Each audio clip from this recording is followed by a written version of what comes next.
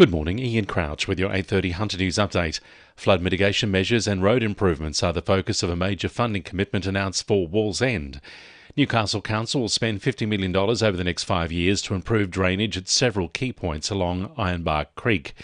Council says road projects will improve traffic flow around the suburb, with the first project starting this week with the installation of a new single-lane roundabout at the intersection of Newcastle Road and Cowper Street. The package will also fund new footpaths and accessible change rooms and solar heating at Wallsend Pool.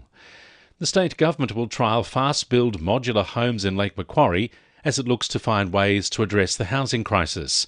4 sites will host 5 modular homes, which will be given to people stuck in the waiting list for social housing.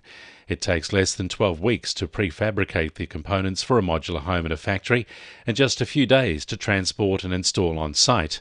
The government has started a procurement process, and it's expected the new homes will be ready to use in early 2025. Hunter businesses are working to get back to normal following Friday's mass IT outage. Experts say it could take 2 weeks to properly resolve, while business groups fear it will cost New South Wales more than $200 billion. CrowdStrike is reportedly close to finding an automatic fix to get systems back online. The first short-stay unit at Maitland Hospital is now running. It'll allow emergency department patients with an expected stay time of between 4 and 24 hours to receive care or observation. Maitland MP Jenny Aitchison says this will greatly benefit patients with short-term medical conditions like a migraine or gastroenteritis. They will be able to be taken out of the waiting room and then seen, and they're not waiting for a bed in the long stay wards within the hospital. So it provides another option for treatment for them as well. Telstra is improving the 5G signal around Cessnock. The telco is upgrading its tower in Millfield Street from today, meaning there could be service disruptions from now until Thursday next week. More than $3 million will be spent on upgrades at 3 Newcastle sports fields. New LED floodlighting will be put in place at Johnson Park and Pat Jordan Oval at Carrington. Taro Reserve and Johnson Park at Lambton will receive new amenities buildings with female-friendly change rooms, an accessible toilet, canteen, referees room and storage.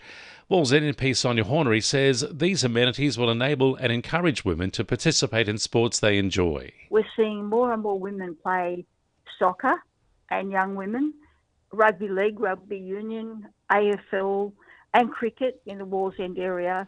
Port Stephens Council will consider naming several streets in the Shire after some of the Newcastle Knights' greatest players. A proposal is going before Council tomorrow night, which suggests naming 10 streets in the new Kings Hill estate near Raymond Terrace after 5 male and 5 NRLW players. 2NURFM Sport. Knights coach Adam O'Brien believes the play philosophy needs to change as the team heads into this week's bye.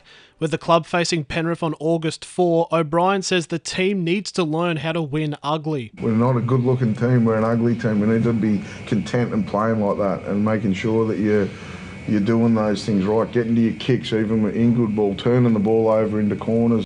Fijian Union international Joe Tamani has returned to the Hunter Wildfires to help bolster the side. Tamani played the second half of the Wildfires' 45-15 Shute Shield loss to Easts in a curtain raiser for the Wallabies test at Allianz Stadium. Meanwhile, the battle for second place in the Hunter Rugby standings has heated up following the Wanderers' miraculous 21-17 comeback over Merewether Carlton yesterday to take the spot on the ladder. And 16 players from the region's Hockey Premier League are set to feature in the New South Wales Pride extended squads ahead of this year's National Hockey One tournament. That's sport. I'm Jessie Dennett. And the winning numbers in Weekend Lotto are 17, 23, 25, 29, 30 and 31, and the supplementaries are 6 and 14. And now you're up to date with the latest 2NURFM Hunter News.